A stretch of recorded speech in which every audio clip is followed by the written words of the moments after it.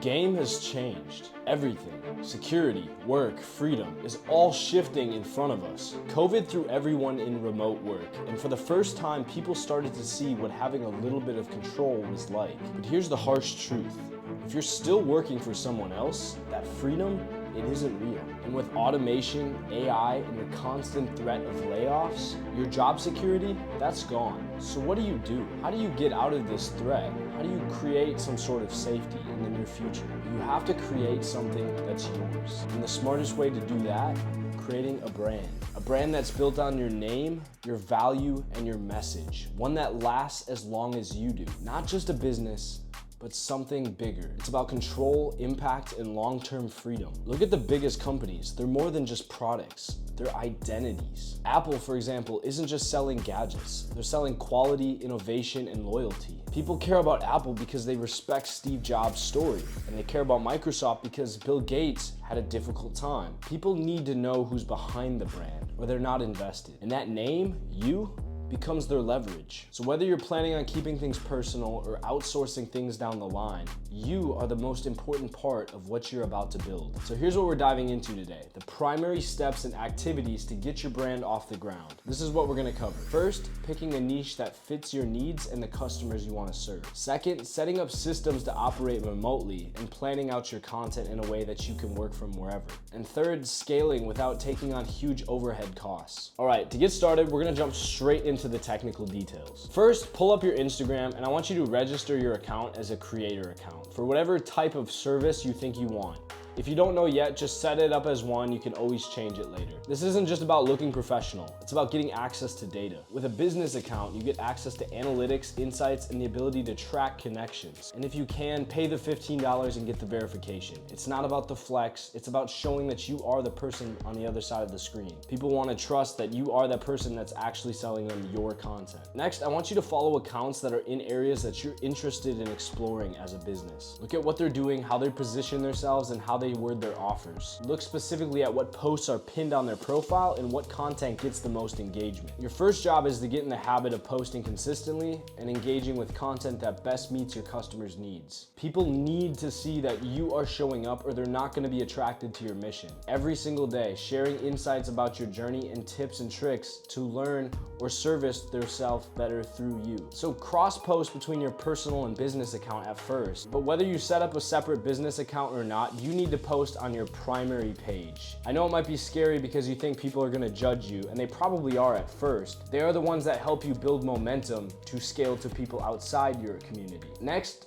specifically, we have to choose what we want to do. Now that we set up your Instagram account in a way that you can pump your offer or service into the world, we're gonna start creating content in a fashion or industry that best aligns with your wants and needs. Picking the right niche is the equivalent of finding the right spot on the beach where you're not getting harassed by little kids or seagulls or pests. It's finding your little area where you can operate in to get the best results for your experience. Being able to have a good amount of experience is the most important factor in picking your niche. Let me tell you, picking something that you have a talent for is always going to outweigh something that you're interested in.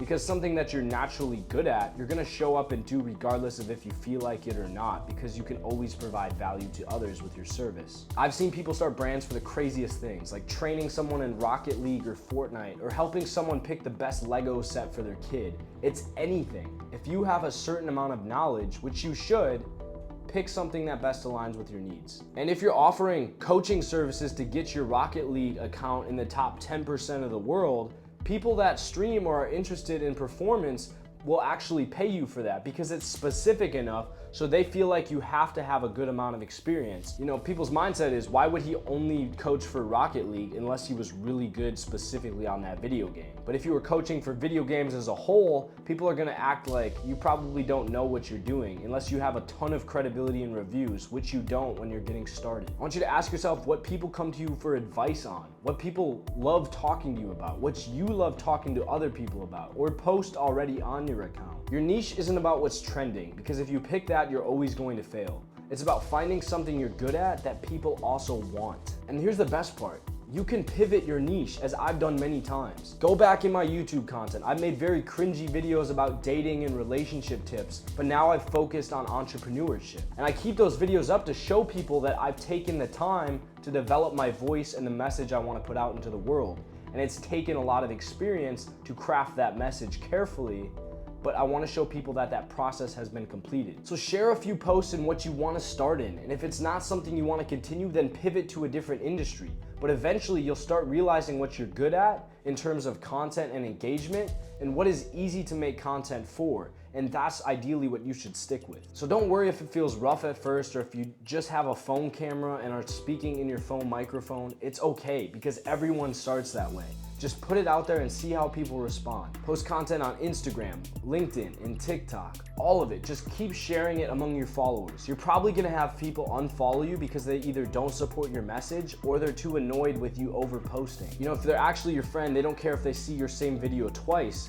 But having the ability for your Instagram Reel and TikTok to get pushed out to two different communities of traffic is going to be essential to getting you free advertising for your channel. Don't apologize for being pushy or putting your stuff out there too much. Just understand it's a step in the process, and if people have their thoughts, they're gonna have their thoughts. The people that do engage in your close community that does support what you're doing, they're gonna be your best supporters and ideally your first customers. So treat them with respect and respond to everything they have to say. Their engagement matters more than you think. If you're offering a service that can be outsourced and you wanna focus more on the business side, let's say you're doing copywriting services or marketing, that's where you can start outsourcing talent. If you're interested in marketing, you don't have to be an expert on marketing. You just have to find the people that are. You can create a link and advertise for your agency like I do in my Instagram, but when I was getting started, I didn't know much about the marketing other than the e-commerce businesses and brands that I've started, which ideally is more than most people, but still doesn't make me an expert in the field. Just go on Wix or Squarespace and create a simple landing page where people can reach out to you, but primarily focus on making content and getting more business owners or brands engaged with you. Remember, the website isn't the focus, the content making is, because that's how you get more eyes on your stuff. Once you have your niche, your foundation, and your first audience, start thinking about your offer.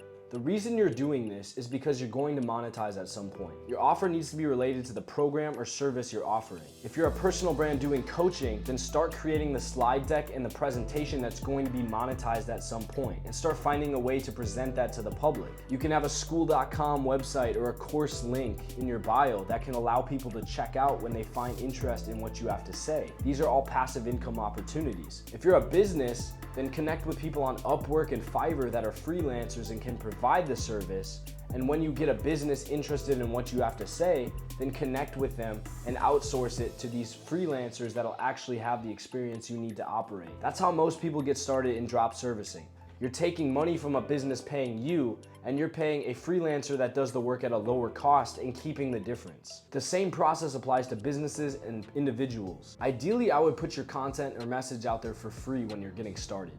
It gets honest testimonials, it gets reviews, and for the most part, you're not gonna know what you're doing either. And so you want honest feedback, so when you do monetize it, people actually stay invested in your community. Talk about the benefits of what you're creating. Share comments about your posts related to your offer, and keep referencing it in your posts. Build anticipation and bring the audience with you in the journey. The more they hear about your community or your course or your service, the more they're gonna be intrigued a little bit more on checking it out, regardless of if they're actually a customer or not. Content should naturally lead people to want to look at your offer, not knowing entirely what it is. Stop blasting them about all the benefits of your service and instead build intrigue by asking questions or finding the pain points that you can help them address. For example, if I'm a marketing agency targeting gyms, then I'm gonna talk about tips to increase your brand in your local area and get more search results on Google in your local town. These pain points apply to the people that I'm looking to serve, and naturally they're gonna understand that I'm an expert in the field and I slowly have more benefit than they think to offer. As a rule of thumb, always paint out with your content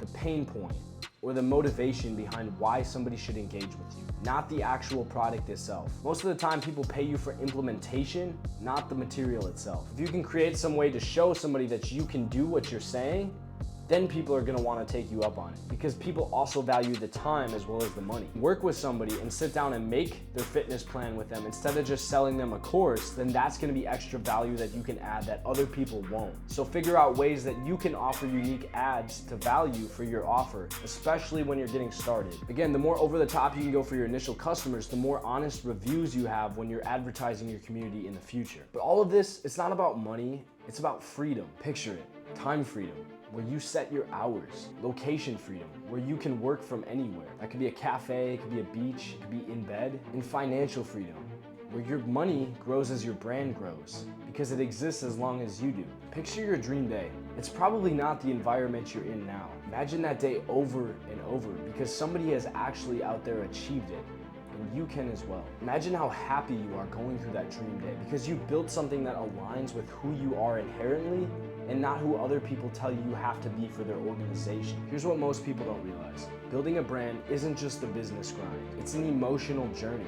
At first, you're excited, but soon you hit walls, unexpected problems, and no results. This is the valley of despair at the lowest point, because most people stop, they give up, and they shift without actually finding solutions to push through to the next level. It's going to be natural to hit walls. It doesn't matter who made $1 million before you, because they started at a different time than you, under different circumstances. But you're also starting before someone else's as well, or somebody that will simply never take on their dreams. When you push through those difficulties, it adds to your story. And when it's tied to your personal brand, people become invested in that. People like to see that journey, and the more you share that, the more they're gonna be invested and eventually probably convert to customers at the end of the day. Every challenge you overcome shows strength, resilience, and courage. You become stronger with every obstacle, and so does the brand, and so does the following.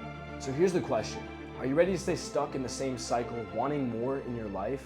Or do you want to change that? Imagine you a year from now, running a brand that's yours, a brand that reflects your values, your skills, and your vision. You don't need to know everything right now. There's experts that know it, and there's ways to learn. All you need to do is start with what you do know, because we've all had the same amount of hours on earth to get to the age we're at. Push through the setbacks, learn along the way, and build a legacy that no one can take away from you. This isn't about waiting or hoping for a better opportunity. It's about taking control and setting yourself up with a life that reflects who you are and what you're capable of. So ask yourself, would you keep waiting, or are you ready to step up and take on more? We have the resources to help. The Ascend community teaches you mindset, physicality, spiritual and relationships, and financial tips to get you where you want to go, and it's completely free. Because here's the truth.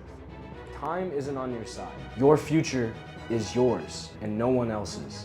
If, and only if, you're ready to go claim it.